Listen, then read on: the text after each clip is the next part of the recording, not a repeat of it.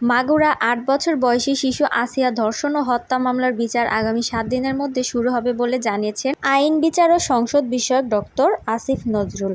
আইন উপদেষ্টা বলেন, আসিয়া আজ দুপুর ১টার দিকে সিএমএইচে মারা গেছে। আমাদের প্রধান উপদেষ্টা শোক জানিয়েছে। আমরা সবাই শোকার্ত। এর মধ্যে আমাদের দায়িত্ব পালন করতে হবে। আসিয়ার বোন আরও জানান, আমার শাশুড়ি সম্ভবত আমার খাবারের মধ্যে ঘুমের ওষুধ মিশিয়ে দিয়েছিল, কারণ আমি কিছুই বুঝতে পারিনি। রাতে ৩ জন একসাথে ঘুমিয়েছিলেন, কিন্তু কিভাবে সবকিছু বদলে গেল তা বুঝতেই পারেননি তিনি। রাত ৮টার পরে ঘুমিয়ে পড়েছিলেন, কিন্তু ফজরের কিছু আগে জেগে উঠেন তিনি।